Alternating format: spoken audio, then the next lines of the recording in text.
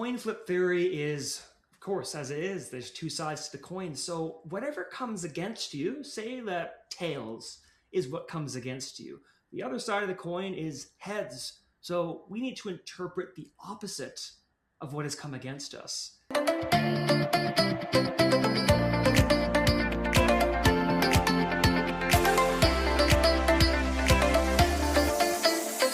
This is By Joey Joanne Season 2. I'm your host, Joanne Chan, and every Wednesday we bring you inspiring stories, powerful message, and fun conversations with me and my special guests and friends, and it's my personal mission to empower you to live and lead a life with joy.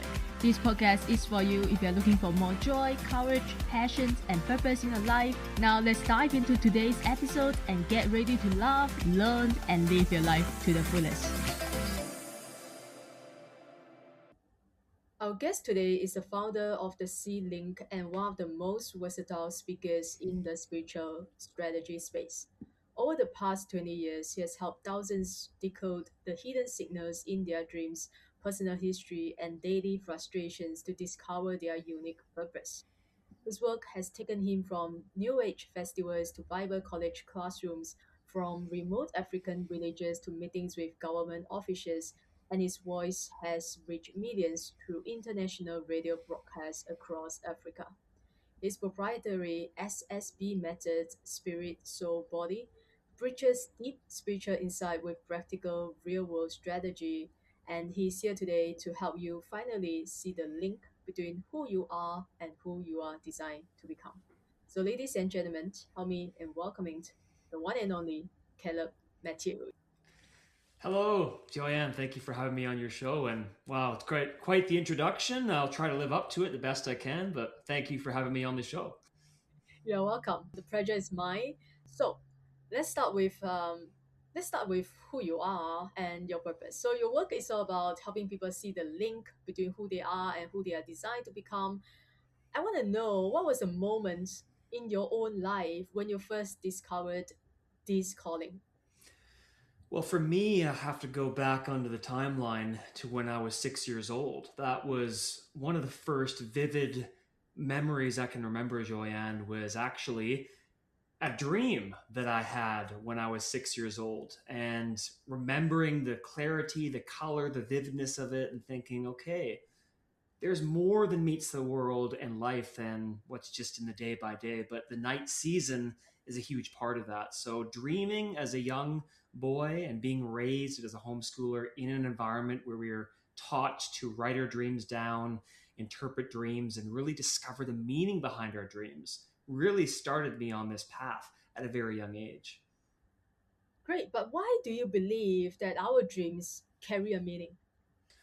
Because the scriptures and history and all the people that have come before us in the past have been guided by their dreams. People like Harriet Tubman in the United States in history. She ran on the Underground Railroad from south to north and was guided by her dreams. Albert Einstein received his theory of relativity in a dream. Mendeleev received guidance in dreams. So if our forefathers and foremothers can receive guidance in their dreams, why not us? That to me is a really big indicator of why dreams are important, because it's part of our design, and a third of our lives are spent dreaming. Scientifically speaking, by the time we reach 60 years of age, we'll have spent 20 of those 60 dreaming. So there's a lot there to unpack.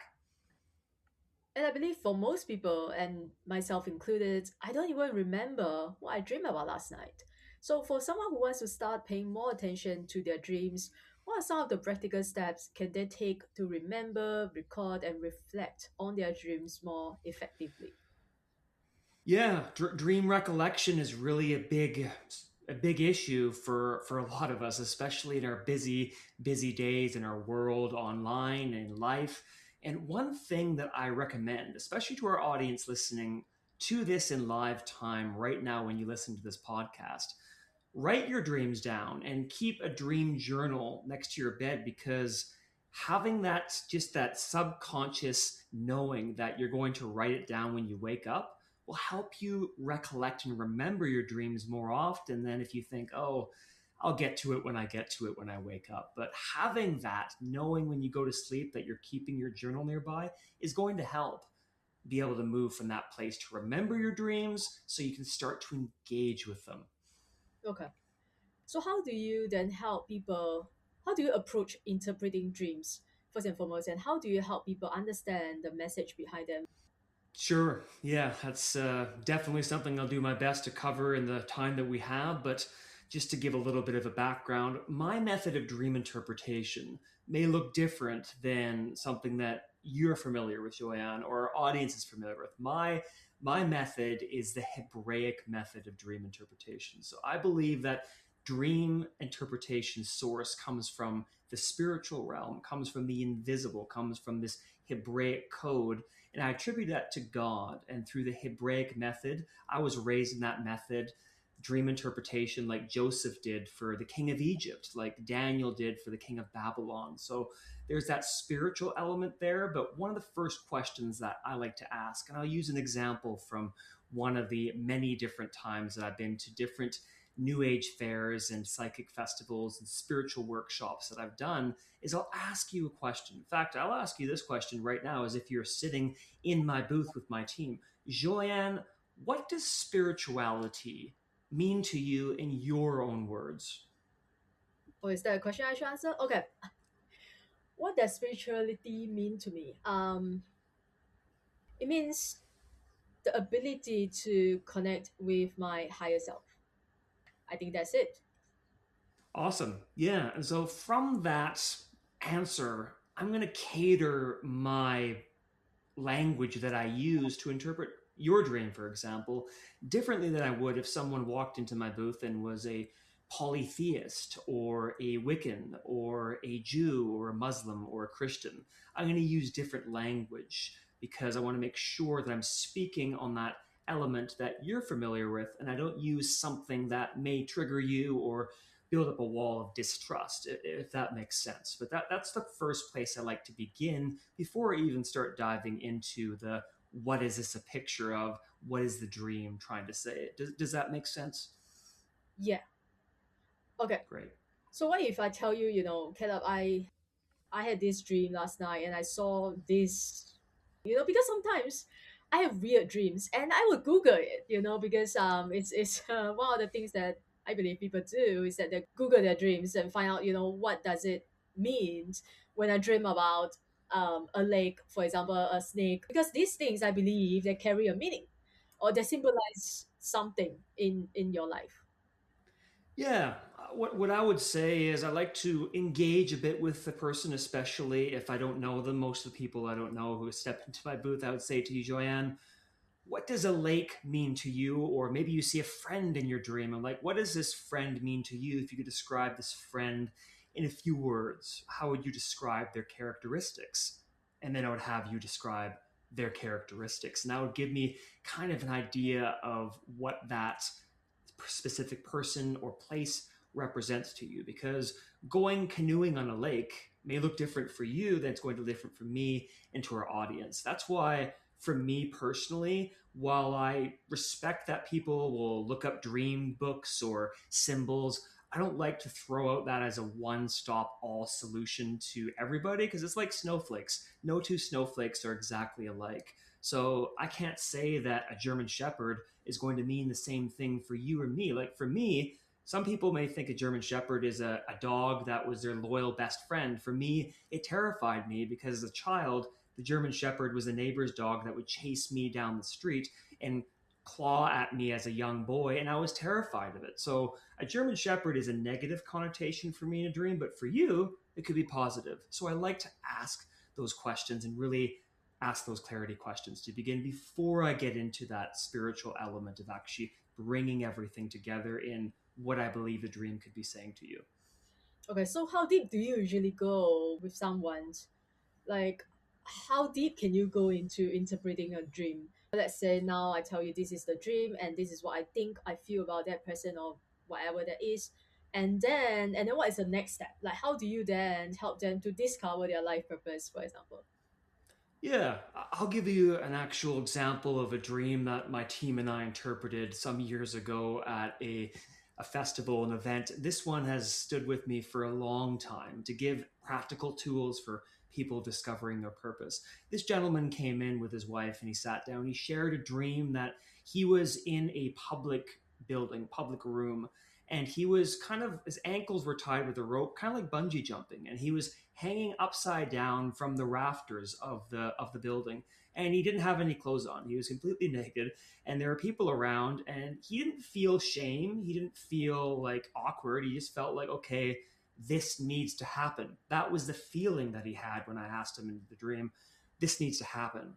And that was it. It's like, okay, what do you do with that? So my team and I, we interpreted this dream for this gentleman, not knowing anything that he had gone through in the previous few months or past few years.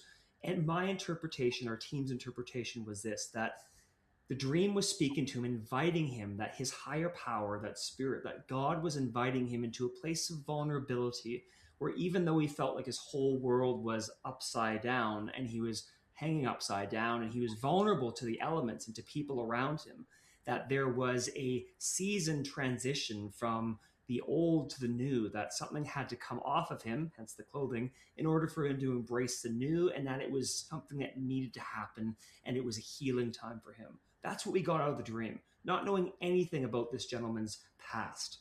And then he started to cry in real life. The man, he started to bawl and cry. And we're like, what does this mean to you? And he says, well, for me and for my life right now, my purpose that I'm walking in, I just lost my father a few years ago. And I've been trying to let go of just the guilt, the shame, and what I could have done differently, or holding on to the trauma and the grief. And he felt like our interpretation was an invitation to be able to let go of that traumatic time. That's an example. You know what I'm saying? Finding your purpose is something that I'm always curious about and passionate to know about, because I'm finding my life purpose, to be honest, right? I'm still figuring out what should I be doing or who should I become in this lifetime. So do you have another story or another example of how a dream helps someone gain clarity or discover their life purpose? Absolutely. For example, for seeing someone's purpose in their gifting and their design, just little side note for the C-Link, I actually do have a DNA of design quiz audience. If you're like, okay, what's my purpose? What's my design? Joanne and I are talking about this right now. I've got a free quiz for you. It takes less than 5 minutes. It's on my website. I'll provide the links later on calebmatthews.net. You can discover which of your 7 design types that you are. If you're looking for what is my purpose, what's my design, what am I gifted for, the activator, the builder, the seer, the navigator, the catalyst, the healer, the steward, those are the 7. Take the quiz, it's absolutely free, and then you get to start to figure out what you're gifted for. So that was my side commercial. Now back into the example. The example that I want to share is another really, really profound story. And this was with a leader at a workshop that I was speaking at with. I knew her a little bit, but not too deeply. I'd spoken on a few of her podcasts, but didn't really know what was happening as far as purpose or where she was going next. And she shared this dream with me that she was riding on a donkey and she was going towards this city that she could see off in the distance. And there was this big hotel that she could see right across the valley. And there were many different people that were going to the hotel from many different countries and nations and people groups of the world. Suddenly, the donkey bucks her off right there and then, and she lands flat on her butt, and the donkey is refusing to move.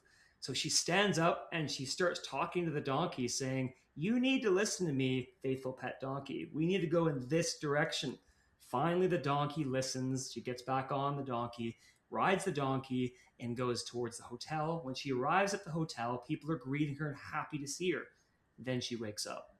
The interpretation there for that is that her soul was actually the donkey, that her soul was actually resisting what her spirit was guiding towards, which was being able to have that multi-international influence, because that's what a hotel is when you have those kind of nationalities coming there. Is it's a place of movement, of commerce, of trade, and there is this design and purpose that she had to be able to step into, but her soul was battling her in that element. That's why we talk about spirit, soul, and body, because our spirit and soul are constantly at war against one another. Our spirit is supposed to govern And that can help us as an audience knowing, okay, where do I start with my purpose? We have to start with governing our soul with our spirit. Our soul is our mind, will, and emotions. Our spirit is our wisdom, our conscience, our connection to spirit. We need to take dominion over our soul. That can help us go towards a direction of discovering our purpose and the why behind what we're doing. Okay. Great. Yeah. I mean, I was about to ask what is the difference between soul and spirit because to me, I thought they are always, there should be the same thing or they are the same thing. But thanks for that clarification. Now, so what are some of the biggest signs that someone is not aligned with who they were created to be or who they were designed to be? I would say one of the warning signs that I would highlight is taking a census of our senses. Now, I'm going to explain that. We have five senses. We have our seeing, our hearing, our tasting, our smelling, our touching. Taking a census of those senses. What does that mean? Well, that means being very careful of where we invest our time with what we're looking at, what we're listening to, who we're surrounding ourselves with, what we're putting our hand to. All of these personal investments have everything to do with how we position ourselves or how we're discovering our design. Because if I'm distracted by entertainment or scrolling through my phone, we all do it. Scrolling or wasting time or really just feeding my soul, but I'm not feeding my spirit. I'm not diving into those things that actually drive me. Then I'm going to be distracted. If I spend my time looking at the news, the bad news that's going on in the world, there's a lot of it. There's also good things going on. If I'm distracted by those things that are happening, or even if I'm looking over my left or right shoulder at somebody who's maybe doing something that I'm jealous of, and I let somebody have that place of, oh, I'm jealous of what they're doing, as opposed to being inspired with other people. Like competition is the thief of joy, the wrong type of competition. So I would start, Joyanne, and this is for myself included. This is always a place I like to come back to. Take a census of my senses, of our senses, because in that place we have the ability to choose free will. What are we going to put our eyes on, our ears on, our hands to? What are we going to invest in? That is going to help us dictate the direction we go in defining our design. Okay, I'm not sure if I quite get that. Taking senses of our senses. What does it mean again? Well, I would say if I'm spending more time, like part of my purpose in my design is doing exactly what we're doing right now, speaking on podcasts and doing speaking workshops and online. So that's what I'm designed to do. But if I'm spending my time watching movies all day long, or I'm spending time gossiping with the latest gossiping people down the street who just have nothing fruitful to talk about, then that is the wrong investment of my senses. Does that make sense? Yeah, okay. Thanks for that. Yeah. Yeah. So again, I want to go back to something you said in the very beginning, which is you discovered your purpose, your calling, what you're doing now in your dreams when you were like 6, 7, 6 year old, right? Yeah. So you also mentioned that our childhood can hold clues about our purpose. So what should people look back on from their early years in their childhood to uncover patterns that may have overlooked? That's a great segue because that's the next place I was going to go into. The early years of entrepreneurship. That's what I call within the C Link the I of I principle. And we all have it. Joyanne, you have it. I have it. Our audience has it. All the men and women listening to this, no matter what country you're in, no matter what culture you're in, wherever you're from, we all have that childhood. Now, navigating childhood can be very tricky because not everybody had a good childhood. Some had a good childhood, some had traumatic childhood. But I want to give two practical tools for both of those scenarios because I want to respect that not everybody was brought up in a similar place. Everyone's story is different. The first I'm going to address is if you had a solid, great childhood that was really, really positive for the most part, but you're like, okay, like, where do I start looking? Look at those things that you were absolutely like stoked to do. So if you love to sing and you just did that all day long, then I would look back into that. If you did nothing but nonstop talking like me, my nickname was TTM by my brothers, talk too much. That was my nickname. So for me, I love talking, and I think I'm in a good place right now because I'm doing what I'm supposed to be doing, having good conversations. So that was a clue because I love to talk.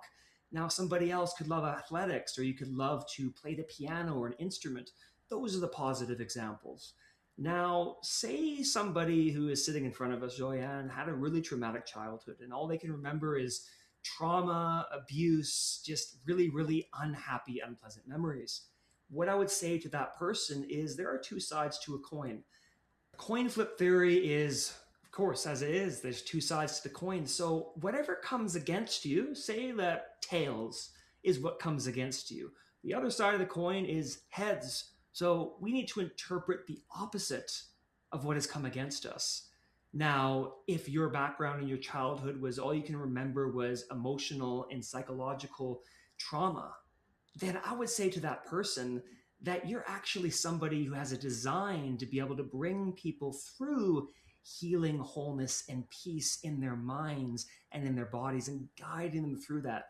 I would say to that person, you are a navigator to navigate people through those difficult times. That would be the positive I would glean from that. Does that make sense? Yeah, there are two sides to a coin. Yep. Yeah, while you're speaking, I was thinking, what did I enjoy doing when I was a kid, right? Nothing. I mean, I was just a kid, I love playing with my siblings. That was all I loved doing, right? Just have fun with my sibling, my sister specifically.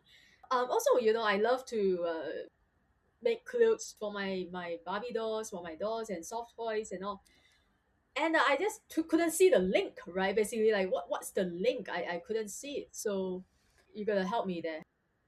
Yep, I do see a link there. You've been talking about your Barbie dolls and sewing clothes for them, if I'm understanding correctly. Now, I would say even at a young age that you were being trained as a child in your joy to be able to clothe people with purpose, Wow. to be able to give structure for your toys. So that's what you do with people. And I don't even, this is the first time we've had this conversation. So I would say for you, Joyanne, that's part of your purpose is to help clothe people where they feel like they're wearing the right suit or dress in a metaphoric sense, that they're in the right place, but you help clothe them with your creativity, with your entrepreneurialism, with your leadership gift. That's what I would say, that your early years are preparing you to help clothe people with confidence.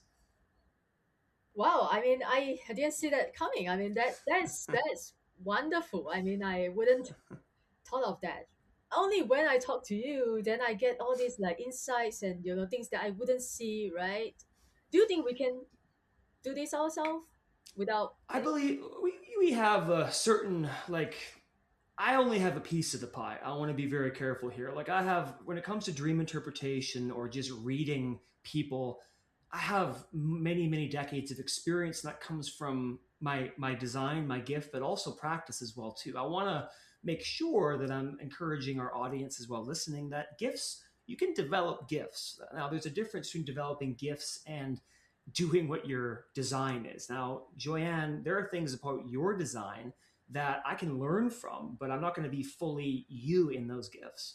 But when it comes to understanding dreams and reading and interpreting the links around us, I believe that you and everybody can have a piece of interpretation yourself. But when it comes to getting another pair of eyes and insight, I believe it's always good to have what I call MPA, multiple perspective advantage, which is why I'm a firm believer whenever I go to workshops and events, festivals, I like to bring a team with me because I'm not going to have the full interpretation that maybe one of the females that's with me on my team is going to have, especially if a woman's sitting in front of me sharing a dream. There's something that my mother, because she comes with me a lot and she trained me in dream interpretation, there are things that she's going to see that I can't see because she's a woman and I'm a man, right? So there are elements within her design that we don't see the full picture. So to answer your question, I believe that we have a certain ability to be able to interpret and see things ourselves, but it's never a bad thing to get another perspective as well. That's so true. I love that. Right. So, what is one question that you would encourage people who are listening now to ask themselves to, like the first question that they should ask themselves to see the link between their experiences, whether it's their childhood, their dreams, and their purpose? I would say it comes down to one main question, whether we're looking and investigating our childhood or investigating a dream that we just had and we woke up and like, hey, what is this dream? mean? Asking ourselves this question, asking Spirit, God, higher power, Creator this question: what is this a picture of? What is this a picture of? What's the meaning behind this picture? Why this and not that? Just like the dream that I shared before. Why would the person who shared with me that dream of a donkey and not a horse? Why would Joanne, why would you dream of a lake and not a river? Asking these questions, really engaging with it. I like to say the craziest people in life are the ones that don't talk to themselves. All right. Great. I really enjoy this conversation. It is so different from all the other conversations that I have had on my podcast. But is there anything that you really want to talk about, but I didn't ask you, didn't let you? Anything that I want to talk about specifically, I do. I want to touch on really one of the great battles of our modern age that has been one of the greatest battles since the foundations of the earth. And that is what I call the battle between the trichotomous being and the dichotomous being. And I will unpack that, I promise. The trichotomous human design is spirit, soul, and body. So, Joanne, you touched on that at the beginning. So, three parts: spirit, soul, and body. And the dichotomous being is the belief and the mindset that unfortunately a lot of people in the world have, that we're only a soul with a body, and that the spirit is some magic pixie dust that we can just conjure up like a genie in a lamp once in a while, but it's not really a part of our DNA of design, our individual human framework. Now that's the battle. And I find that those who live by spirit, whatever they attribute to spirit, my higher power, my spirit guide is Jesus. But spirit, when we're operating from spirit, soul, and body, our whole being, then we can actually govern our lives as opposed to just living by our emotions, our soul and our body. Because if there isn't a spiritual connection, I like to ask the question, like, what is our purpose? Like, what are we doing if we can just do everything in our own strength? What do you think about that? Yeah, totally. I was about to ask, like, how do we connect to our spirit? I mean, because I still believe somehow, I know maybe this is my belief, right? I still think spirit and soul, they are like the same thing, right? Although you have explained it, but this is just my belief, right? I still believe that my spirit, yeah, my soul is my soul, but spirit is, like you said, some other entities out there. So how do we connect to the spirit? Well, for me, that's a I love that. That's a loaded gun question. That is a great loaded gun question. Connecting with spirit really starts with opening the door of our heart and really being open and asking questions. This is going back to what we were talking about before, of really going deeper. Like on Christmas morning, when you open up a present, it's like we see the present under the tree, right? But unless there's an active curiosity, like a child to search and actually peek under the wrapping, we're only going to get the structure. If the gift stays under the tree, let's just say the spirit is the gift inside, but the child just stays and looks at the gift under the tree and the fancy wrapping and the box, do you think that the child is going to be fulfilled? I don't think so. There's a gift underneath. So to engage with the spirit starts with just a curiosity, an openness, and really just an asking, an inquiry. This is what I like to practice before I go to sleep every single night. I ask God, Spirit of God, reveal yourself to me in dreams of the night season, because I need guidance. I can only do so much in my own life. I don't have all the answers. But I ask you, God, Spirit of God, to reveal yourself to me. I think it starts with that openness, that there's more than meets the eye beyond the surface. Yeah. Okay, how about some people in my audience could be skeptical about maybe everything we talk about, right? And we are taught that meditation or visualizations, they are like more modern approaches as to how people engage with their spirit or get answers or get insights from their subconscious mind or higher power, right? So why dreams? Why can't people just meditate, visualize, but why dreams? Because dreams are they come at you in the best possible way. It's not like meditation, visualization. I'm not going to discount those practices, but a lot of that is very soul and willpower driven.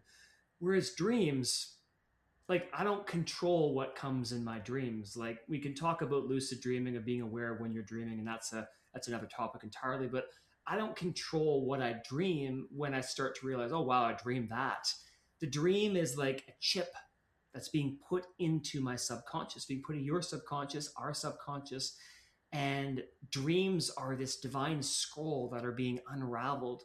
And I think dreams are a reality, are a part of our human construct, a part of our experience on the earth. It's part of how God designed us to receive dreams in the night season because they are mysteries that go beyond just our soul and our mind, but it really takes curiosity and it takes delving into that spiritual element because I just said at the beginning, let's just go into a few of those examples again for a minute.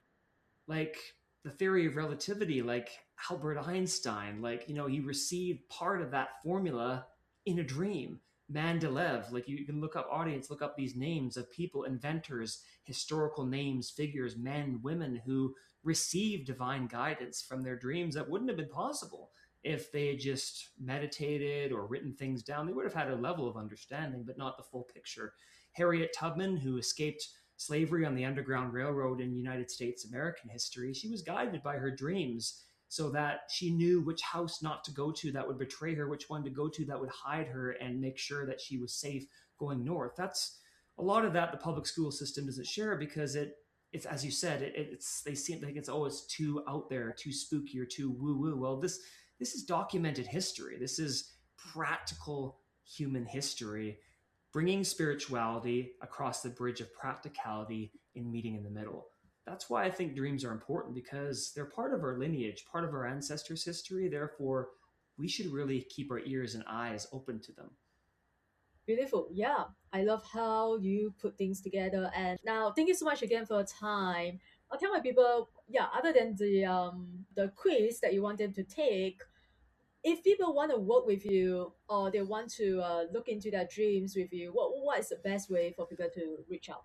For sure. There is another way as well too, which is you can subscribe to my newsletter, which I'll include in the links as well too. Seek the Link newsletter. So I only send you 2 newsletters per month, and we talk about these things. What are our dreams a picture of? What's our DNA of design? What's our purpose behind what we're doing? Talking about people in history, talking about exploring our early years of entrepreneurship. So you can sign up for my newsletter, and also one thing I want to plug in here as well. I'm very excited to announce this as well. I've only shared this on, I think, one other podcast, but Joya, on yours this fall, if people want to work with me more in depth and want to see beyond just the quiz or my YouTube channel, which I have, which is free, I'm building a community this fall where people can say, hey, I want to join the C-Link Academy community and be part of the paid monthly community. We're going to be doing webinars and group training sessions where you can bring your questions and we'll have conversations about things like dreams, understand your dreams, or which of the 7 design types that you are when you took the quiz. So sign up for the newsletter, and specifically when you do as well, you can send me an email at the C-Link, so the C-Link at gmail.com, and say, hey, I want to be on your waiting list and get into that community because I have 15 spots at the beginning that I'm going to make exclusive. We're going to be giving bonus content and bonus coaching and training that usually I charge for when I do my regular one-on-one sessions. But that's where people can find me. So I'll send the link for the newsletter, but signing up for that is going to lead the way towards being part of the community if that's something that people want as well. Sure, thank you. That's exciting. I always love a membership and the community. Just being there is better than being alone, right? For sure. So thank you so much again for your time. Now, yes, guys, I'll put all the information resources in the show note below, and I hope this conversation with Caleb has encouraged you to look a little deeper, not only at where you are, but at the experiences, your childhood, your patterns, the signals, your frustrations, everything that have been guiding you along the way. Remember to reach out to Caleb and learn more about his work, connect with him, and thank him for coming to our show today. Thank you again for listening. I will see you in the next episode. Thank you again for tuning into Find Joy Joanne podcast. If you enjoyed today's episode, take a screenshot and share it on your IG story and tag findjoyjoanne_podcast so I know you are listening. And leave us a positive review on Apple Podcasts if you haven't already done so. And remember to hit the subscribe button whether you are listening on Spotify, iTunes, Amazon Music, or any of your other favorite platforms. If you love what we are doing and want to become one of our sponsors, you can send me a DM to connect. And thanks for being here. I will see you soon in the next episode.